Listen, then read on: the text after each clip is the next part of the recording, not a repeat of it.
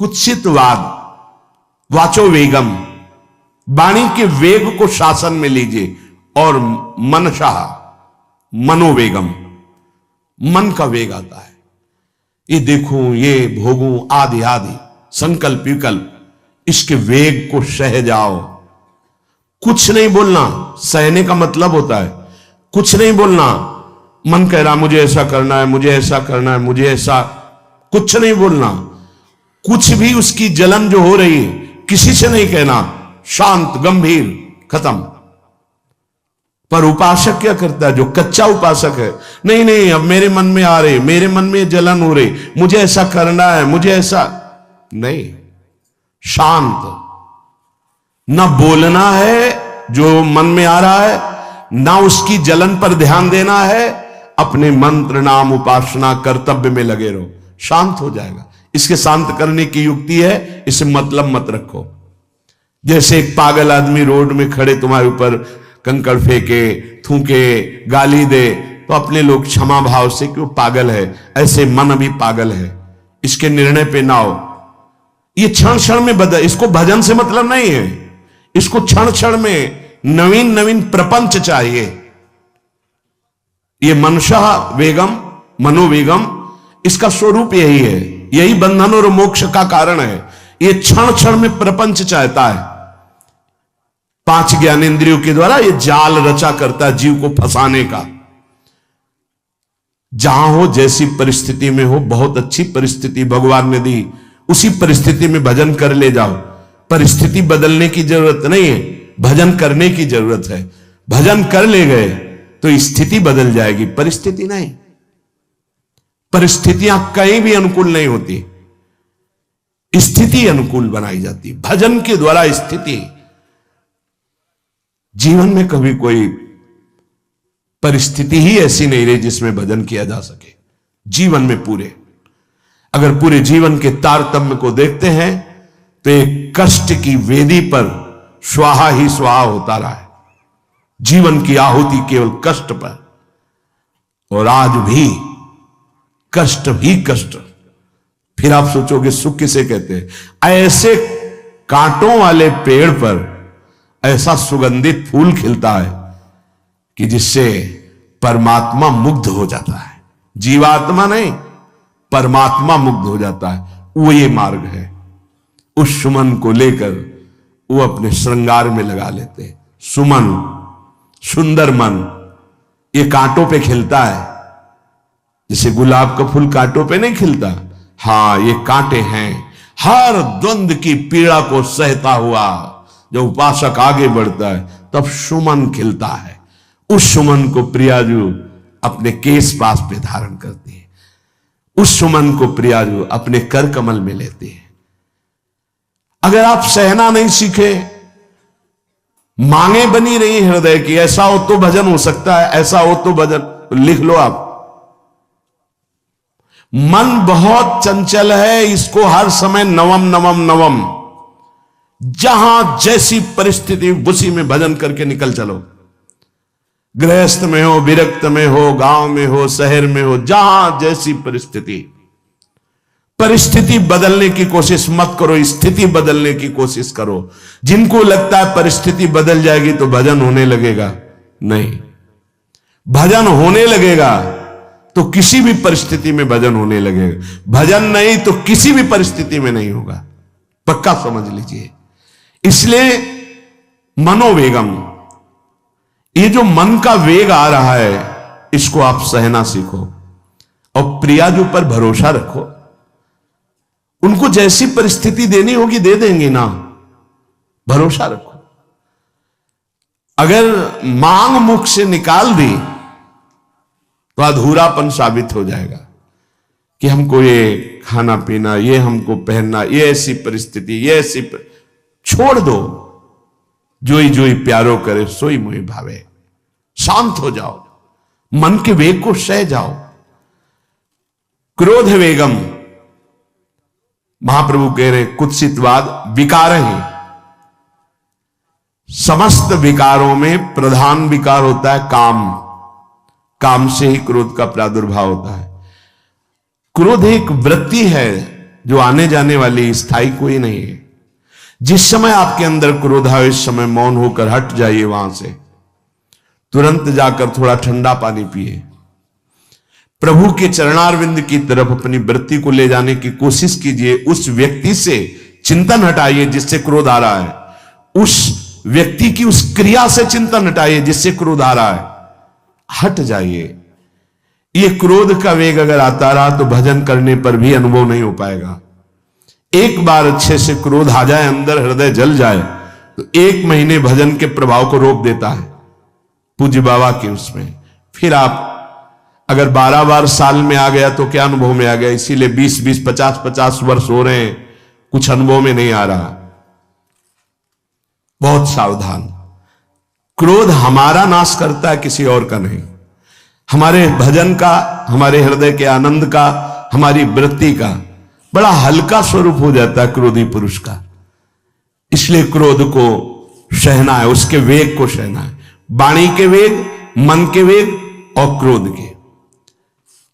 अगर क्रोध के वेग को सह गए तो अगला है हिंसा का वेग। वो अपने आप सह जाओगे, क्योंकि क्रोध से ही हिंसा होती है। हिंसा का वेग, वाणी के द्वारा बहुत हिंसा होती है। ऐसे कठोर वचन बोल दिए जाते हैं जो हृदय को चुभते रहते हैं। बाहर का डंडा लगा है, पिटाई हुई तो 2-4 दिन में ठीक हो जाएगा, लेकिन हृदय में जब पिटाई की जाती है कठोर वचन के द्वारा, तो 10 साल बाद अगर दिखाई दे तो फिर ये वो बोला था, ऐसा बोला था, वो हृदय में घाव बना रहता है। वाणी का हिंसात्मक स्वरूप प्रायः क्रोधी जनों में ही पाया जाता है। अगर क्रोध वेग को सह गए तो वाणी के द्वारा हिंसा नहीं होगी, और मन के द्वारा मलिन हृदय में हिंसा का भाव होता है कि चलो हम वैष्णव में मारेंगे तो नहीं, पीटेंगे तो नहीं आपको, लेकिन भगवान तुम्हारा नाश करेंगे, भगवान बहुत जल्दी, ऐसा भाव मन में, ये भी हिंसा है शरीर के द्वारा। तो ना वाणी के द्वारा, ना मन के द्वारा, ना शरीर के द्वारा। क्यों? उसके हृदय में भगवान बैठे हैं, हमको उनको रिझाना है, हमें निर्दोष होकर भगवत प्राप्ति करनी है। ये हजारों दोषों की पंक्तियां यहां हैं। कोई कह दे हम निर्दोष हैं, हमें लगता है कि यही सबसे बड़ा दोष है। नहीं तो अंदर देखा जाए ना तो क्रम क्रम से धीरे धीरे निर्दोष हुआ जा रहा है प्रभु की कृपा से। कोई जन्म से निर्दोष नहीं होता, वो तो अवतार होते हैं भगवान के। एक पद में था, शरण जिसको ले ली हृदय से लगा, और विषय पंख से धीरे धीरे, क्रमशः विषय पंख से धीरे धीरे उसको हटाया। हित जो महाराज जी के लिए आया, हमारे हृदय को धीरे धीरे निर्विषय किया जा रहा है।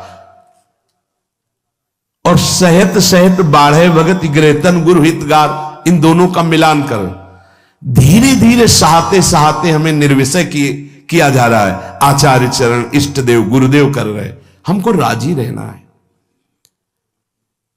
जैसी परिस्थिति है, जैसी भी हमें गुरुदेव रख रहे हैं, इष्ट देव रख रहे हैं, हमें राजी रहना है।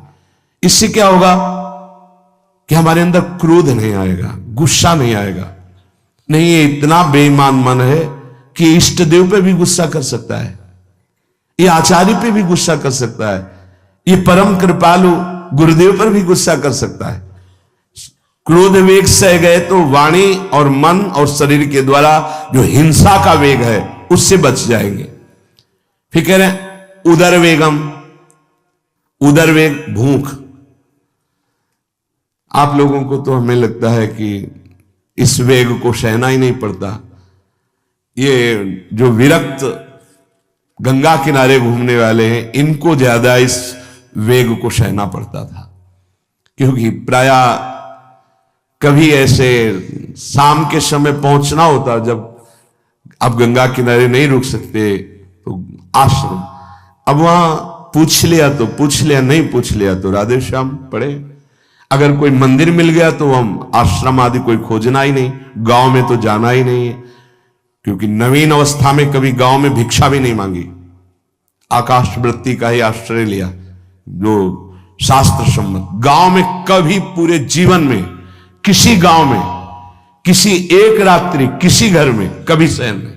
गांव के किनारे मंदिर मिला या कोई आश्रम संत जनों का, वहां भूख के वेग को जो सह जाए तो भजन में बहुत रुचि हो जाती, क्योंकि भजन से चित्त हटेगा तो भूख व्याकुल करेगी, और उसकी व्याकुलता से बचना है तो भजन में लगना पड़ेगा। और आपको सच्ची कहते हैं कि कई कई दिन भोजन न मिलने पर भी शरीर में गंगा जल के कारण कभी कमी महसूस नहीं हुई। जो दूध में पावर है उससे अधिक सामग्री गंगा जल में है। अब वो बहुत से ऐसे नगरों के समीप से गंगा मैया निकली जहां से बड़ी बड़ी फैक्ट्रियों का, तो नहीं, बहुत सुंदर गंगा जल, वो तो सुंदर है ही, था, है, रहेगा। अपने लोग बड़े बड़े ऐसे नाले ऐसे जिससे वो भाव तो है पर वस्तु तत्व तो है, पर जो दृश्य है वो अब गड़बड़ हो रहा है।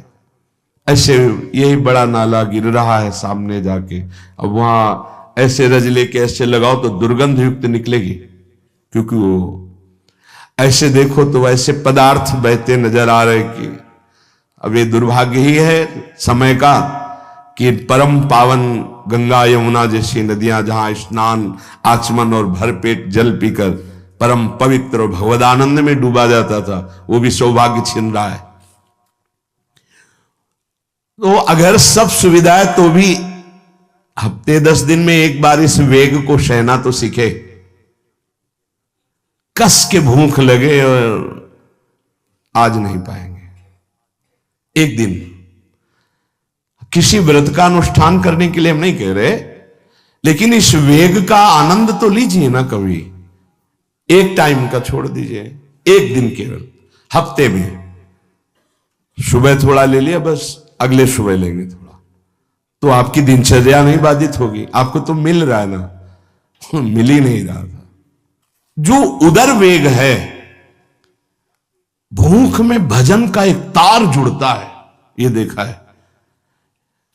क्योंकि ना तो नींद आएगी और ना कहीं और कोई प्रपंच की गुंजाइश है, क्योंकि उदर वेग जब भूख से व्याकुल जी होता है तो बचने के लिए एक ही उपाय है, केवल भगवत चिंतन। हटो उसके चिंतन से।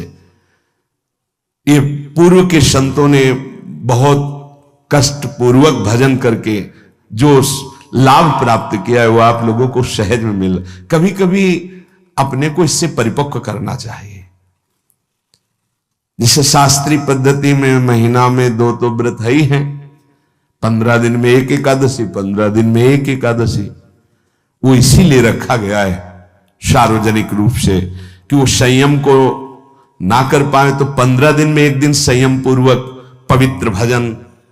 अपने लोग जानबूझकर हफ्ते में एक टाइम छोड़ दें या एक दिन कभी ऐसे, तो उदर वेग को सहते हुए भजन। उदर वेग देख लो, उदर वेग को सहने के लिए तो अगला जो बात कह रहे हैं वो अपने आप सह जाओगे। जैसे क्रोध वेग को सह गए तो हिंसा वेग पर आप शासन कर लेंगे, ऐसे उदर वेग को सह गए तो उपस्थ वेग को सह जाएंगे। उपस्थ वेग कहते हैं जनेन्द्री के कामोपभोग को। जब पेट में भरपेट भोजन ही नहीं है ना तो और कुछ चिंतन ही नहीं रहा। यौवन अवस्था जवानी ऐसे भगवान ने काटी है कि याद ही नहीं रहा कि संसार का कोई सुख होता है। वह एक लक्ष्य ब्रह्माकार वृत्ति कैसे कैसे तत्वबोध हो, बस कठिन से कठिन जहां वैराग्य की भूमिका वहां कूद जाना, उसी में स्थिति में आने की कोशिश करना, देह राग का त्याग करना, ये युद्ध चल रहा था। बड़ी कृपा है। उपस्थ वेग, इसका जनेन्द्री का वेग आता है। जो स्कूल में आदतें जिनकी गंदी हो गई बच्चों की, फिर आगे वो संयम में उनको बहुत बाधा है। कई ऐसी क्रियाओं से वो जानकारियां रख लेते हैं कि जो अपना सर्वनाश करने के लिए पर्याप्त है। उपस्थ का जब वेग आए तो सहने की सामर्थ्य उसी की आएगी जो उदर वेग को सह जाता है। पक्का। किसी उपासक को देखा बहुत शरीर कृश हो रहा है, तो पूछा क्यों, भोजन क्यों नहीं करते, आप ऐसे कैसे हो रहे, पहले तो आप ऐसे नहीं थे, आप तो पहले बहुत स्वस्थ थे, फिर क्यों, का ऐसे नहीं, बताइए क्या, ज्यादा आवश्यकता नहीं है, जीने के लिए बस प्राण पोषण के लिए डाल लेते हैं, क्योंकि जो शांति चाहिए वो तो इतने से ही मिलेगी ना। बहुत सुंदर, बहुत प्रसन्नता है, ठीक है, ठीक चल रहे हो आप, पर इतना पाते रहो कि सीढ़ियां चढ़ उतर ले, इतना पाते रहो कि आपका शरीर काम करे, बका हृदय में बहुत प्रसन्नता है, बहुत सुंदर। संयम में अपने आप को ले आना ये महात्मा का लक्षण होता है, चाहे स्त्री शरीर हो चाहे पुरुष शरीर हो। धन्याति धन्य, आप अपने आप को कस दीजिए, यही तो राग त्यागना ही। जो जवानी में अपने आप को जला दिया वो बुढ़ापे में चमकता है, ध्यान रखना। जो जवानी में उद्दंडता में समय व्यतीत किया और बुढ़ापे में गंधाता है, ये भी ध्यान रखना। गंधाता वो अंदर जो दुर्गंध के पौधे थे ना, वो सब दुर्गंध फैलाते हैं। पूज्य श्री पंडित गया प्रसाद जी महाराज जी ने कहा, गृहस्थी में होते हुए भी 40 और 45 के बीच में काम विजयी हो जाना चाहिए, नहीं तो जीवन बिल्कुल बर्बाद हो जाएगा। जो कुछ गृहस्थ धर्म की सेवा है 40-45 के बीच तक हो जाए, मतलब 20 से 25 से ब्याह हुआ आपका, 40-45 तक लड़का बच्चा, इसके बाद अखंड ब्रह्मचर्य धारण कर लो। 40-45 से संयम में हो जाओ तो तुम्हारा जीवन सार्थक हो जाएगा। पूज्य पंडित गया प्रसाद जी महाराज, बहुत जरूरी है उपस्थ जनेन्द्री के वेग को सहना, पर हर वेग अपने आप में बहुत कठिन है, पर एक दूसरे से इसका तारतम्य है। यदि उदर वेग रसेंद्री को आप शासन में ले लिए तो जनेन्द्री को आप शासन में ले लेंगे, और अगर रसेंद्री को शासन में ले लिया तो जनेन्द्री को शासन में ले सके असंभव, पक्का। और जनेन्द्री रसेंद्री के सब खिलवाड़ चल रहे, तो परमार्थ और भगवत प्रेम प्राप्ति तो सब अभ्यास जिनका भगवदाकार हो गया है, वो विषयान ग्रहणम तो मुंचन हुआ। जब इंद्रियों पर शासन बाबा ने अपने किया तो 24 घंटे में एक कवल पाते थे, एक कवल, आश्चर्य होता है।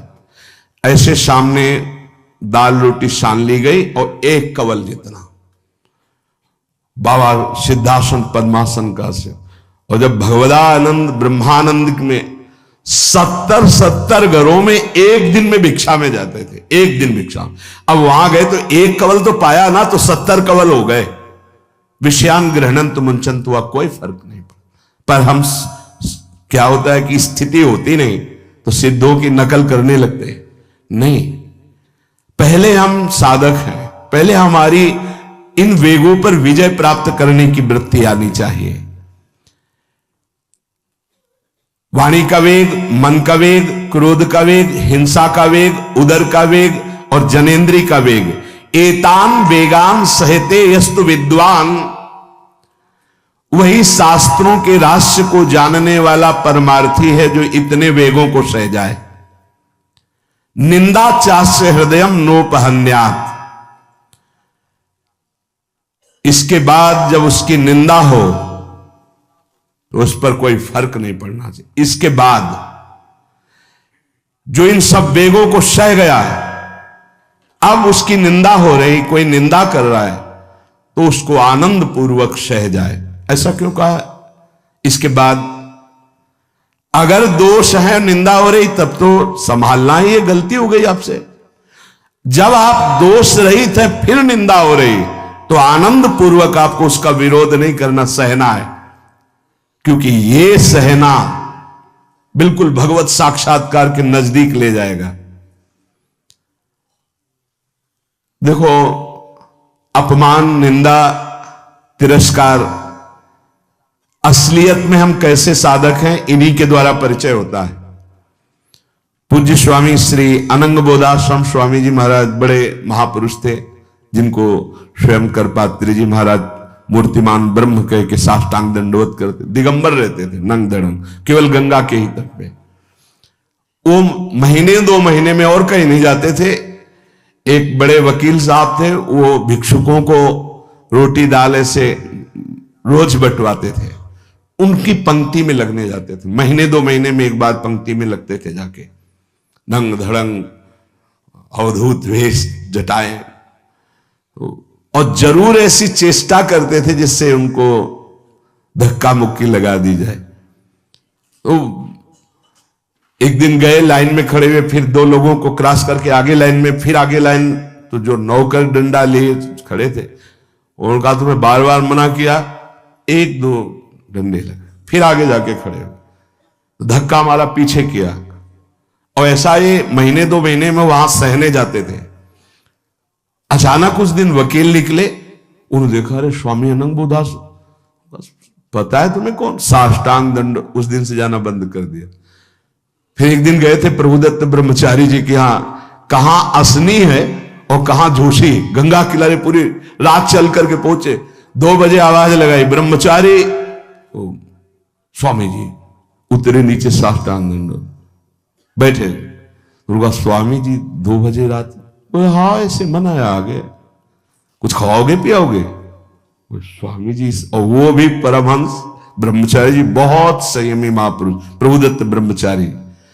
टीन में कुछ आटा रखा, तो बोले स्वामी जी कहो तो रोटी बना दे। बोले हाँ बनाओ। रोटी और नमक ऐसे पाए, जितना टीन में आटा था सब पागल, जो 2-4 किलो जो भी। तो बोले स्वामी जी आटा तो खत्म हो गया। बोले हाँ, भोजन का स्वाद तो साधु ही जानता है। फिर उठे, झूसी से असनी, फिर पैदल। हे संतों की मौत, अपमान, तिरस्कार, क्षुधा, हर वेग, ये हमारी कसौटी है। परमार्थ का पथिक है, जिस मार्ग का हो। देखो सुदामा जी गृहस्थ मार्ग के कितने उच्च कोटि के, नरसिंह मेहता गृहस्थ मार्ग में कितने उच्च कोटि के। एक कभी तो सौभाग्य ऐसा प्रभु देते जब कोई हमारी निंदा करता है, ये सौभाग्य है, हमें सहने का सौभाग्य मिलता है। कभी तो कोई अपमान करता है जब, तो भगवान से प्रेरित होकर वो सौभाग्य मिलता है। ये साधक को उस समय चिड़चिड़ा नहीं होना चाहिए, उस समय मुस्कुराना चाहिए कि आज मेरी स्थिति का थर्मामीटर डाला जा रहा है, कैसे हो, नहीं आनंदित है। पर देख लो, प्रशंसा होगी तो चेहरा खिला हुआ गुलाब के फूल की तरह मिलेगा, और निंदा होगी तो ऐसे होगा। ऐसा नहीं होना चाहिए। नहीं करत जे अनसहन निंदक, तीनों पे अनुग्रह कियो। इसीलिए पूज्य बाबा कह रहे कि इसके बावजूद, अर्थात समस्त वेगों को सहन करने के बावजूद, तुम्हारी जब निंदा हो और उसको सह जाओ, तब तुम परमार्थ के शूरवीर योद्धा कहे जाओगे। विपत्ति में सब साथ छोड़ देते तो हृदय के भी साथी साथ छोड़ते हैं, ध्यान रखना। जब विपत्ति आती है तो मन भी साथ देना बंद करने लगता है, विपरीत जाने लगता है, बुद्धि भी विपरीत जाने लगती है। इसलिए जो विपत्ति में अपने धैर्य और साहस को न खोकर अपने सिद्धांत से चलता है, उसे महात्मा कहते, चाहे वो गृहस्थ हो चाहे विरक्त हो। ध्यान दीजिए, संपत्ति में, अनुकूलता में तो सब सावधान होने की कोशिश करेंगे, बड़ी कृपा है भगवान की। यहां कहने विपत्ति में सब साथ छोड़ते हैं, ये जीवन में देखा है। विपत्ति में ना तो बाहरी कोई साथ देता है और ना मन साथ देता है, उस समय भजन साथ देता है, भजन। विपत्ति में हृदय को जो दृढ़ रखे, धैर्यवान और साहस बिल्कुल ना गिरने पावे, आगे बढ़ो, नाम जब तुम्हारा भजन वैसे ही चलना चाहिए, तब समझना चाहिए कि हमारी साधना परिपक्व। विपत्ति में कोई साथी नहीं होता, देखा गया है, कोई साथी नहीं। मन भी धोखा दे देता है, मन भी, अपना मन भी साथी नहीं, उस समय केवल भजन साथी होता है। तभी विपत्ति को कुंती जी ने मांगा, क्योंकि उस समय एक ही साथी होता है, हरि बस। संपत्ति में तो बहुत साथी मिल जाएंगे, अब तो साथी ही साथी हैं, जिधर देखो उधर साथी हैं। और उस समय तो जिधर देखो उधर केवल हरि है, दूसरा कोई है नहीं। ये बड़ा सुख मिलता है जब तिरस्कार और विपत्ति एक साथ होती है, तो सीधे प्रभु से फोन में बात होती, सीधे प्रभु होते हैं कि आपके सिवा को। इसीलिए बहुत प्रवीण है कुंती माता, इसीलिए कहा कि मुझे विपत्ति दीजिए जो हर कदम में आपका स्मरण कराती है। अच्छा, प्रभु जब कृपा करते हैं तो ऐसी विपत्ति देते हैं कि अंतिम श्वास तक वो बनी ही रहती है, अंतिम श्वास तक बनी रहती है। हर कदम पर जैसे गार्ड रखा जाता है ना, सावधान, यहां से ऐसे ऐसे ऐसे हर समय विपत्ति महारानी सावधान, तुम्हारा जीवन कभी भी नष्ट हो सकता है, किसी भी क्षण नष्ट हो सकता है, इसलिए हर समय लक्ष्य पे रखो अपनी दृष्टि प्रिया प्रीतम पे। ये कृपा होती। तो उपासक को जब विपत्ति मिले, सब साथ छोड़ दें, मन भी ना लगे, तब धैर्य और साहस दोनों को सुरक्षित रखते हुए साधना में समय आया है, परीक्षा आई है, फेल मत हो, धैर्य पूर्वक डटे रहो, निकल जाएगा। ये तूफान है, मन का तूफान है, माया का तूफान, निकल जाएगा, आगे बढ़ो। अगर भूल गए तो इससे बड़ी कोई हानि नहीं होगी, ध्यान देना। साहानिस्तन महच्छिद्रम साचांद्र जड़ मूढ़ता यन्मुहूर्तम क्षणार्धम वा वासुदेवम न चिंतयेत। अय उपासक, वो मुहूर्त, वो आधा क्षण जिसमें आप अपने प्रभु को भूल गए, किसी भी प्रकार से अपमान को देखकर, निंदा को सुनकर, विपत्ति के चक, सबसे बड़ी हानि हो जाएगी। आधे क्षण के लिए भी प्रभु को नहीं भूलना। सबसे बड़ी त्रुटि अंधापन, जड़ता, मूर्खता होगी कि उपासक निंदा सुनकर अपमान की परिस्थिति में या विपत्ति में अपने प्रभु को भूल जाए। नहीं, एक क्षण के लिए भी नहीं, ना संपत्ति में भूलेंगे और ना विपत्ति में भूलेंगे। जो उपासक है वो ममता शून्य होता है, इसलिए उसका भजन नहीं रुक सकता। न शरीर पे ममता है, न किसी संबंधी पे ममता है, तो विपत्ति किस पे आएगी? इन शरीरों पर ही तो आती है। विपत्ति किस पे आएगी? संबंधों पर ही तो आएगी। तो उसका भजन क्यों नहीं रुकता? क्योंकि ममता शून्य है। इसीलिए इस ममता पर प्रहार गुरुदेव करते हैं, आचार्य शास्त्र करते हैं। ममता शून्य बनो, अपनी ममता केवल प्रियालाल से, तो भारी विपत्ति में भी हमारी ममता सुरक्षित श्यामा श्याम से, उनका चिंतन चलता है। एक एक कदम पर वो मुस्कुराते नजर आते हैं जब किसी का सहारा नहीं होता, किसी का भरोसा नहीं होता, कोई अपना नहीं होता है। ये जानबूझ करके किया जाता है, नहीं तो संसार में सबके कुछ न कुछ अपने होते हैं। संसार में कुछ न कुछ सपने होते हैं और कुछ अपने होते हैं। जानबूझकर सब सपने मिटाए जाते हैं और सब अपनेपन मिटाए जाते हैं। हमारा स्वप्न भी प्रभु होते, कल्पना, भावना, चाहत, गति, जो हमारे प्रभु होते हैं। हमारा अपनापन भी प्रभु से होता है। अब व्यवहार में सब अपने हैं। अब देख लो, पहले एक बार अपनापन हटाया, ममता हटाई, प्रभु के चरणों में रखी, इसके बाद अब सबसे प्रभु भाव से नाते नेह राम के मने, अब कोई फर्क नहीं। पर अभी ममता से समता में नहीं पहुंचे, इसलिए ममता हटानी है। एक बार हटाओ, अपने शरीर से, अपने संबंध से, अपने इंद्रियों के भोगों से ममता हटाकर श्री जी के चरणों में। एक है ममता ये जग में है दुखदाई, ये जब श्री जी की ओर लगे तो होत परम सुखदाई। उपासक को क्यों विघ्न नहीं पड़ता भजन में? क्योंकि उसकी कहीं ममता ही नहीं होती। अब वो पधार गए, तो मृत्यु लोक है, जाना ही है, राधा राधा राधा। बलराम ब्रजवासी बताते हैं कि उनके बगल में एक गृहस्थ भक्त थे, तो उनका पुत्र मथुरा गया तो एक्सीडेंट से पधार गया, और उनके 4 घंटे जप का नियम था, तो 2 घंटे हुए थे, वो जप रहे थे। सूचना ही कि आपके पुत्र का एक्सीडेंट हो गया और ऐसा ऐसा, तो उनका है पधार गया। बोले पधार गया? बोले जब पधार ही गया तो आगे का कार्य आप लोग देखो, 2 घंटा रह गया, पूरा जप हो जाने पर ही हम उठेंगे। पूज्य श्री मुखिया जी महाराज जो इस समय गाते हैं, राधा वल्लभ जी इनके पिताजी बड़े मुखिया जी कहे, जहां राधा वल्लभ जी के सामने हारमोनियम में ऐसे हाथ रखा और एक बार राधा वल्लभ जी को देखा, आंख बंद की, तो समाज पूरी होने के बाद ही आंख खुलेगी।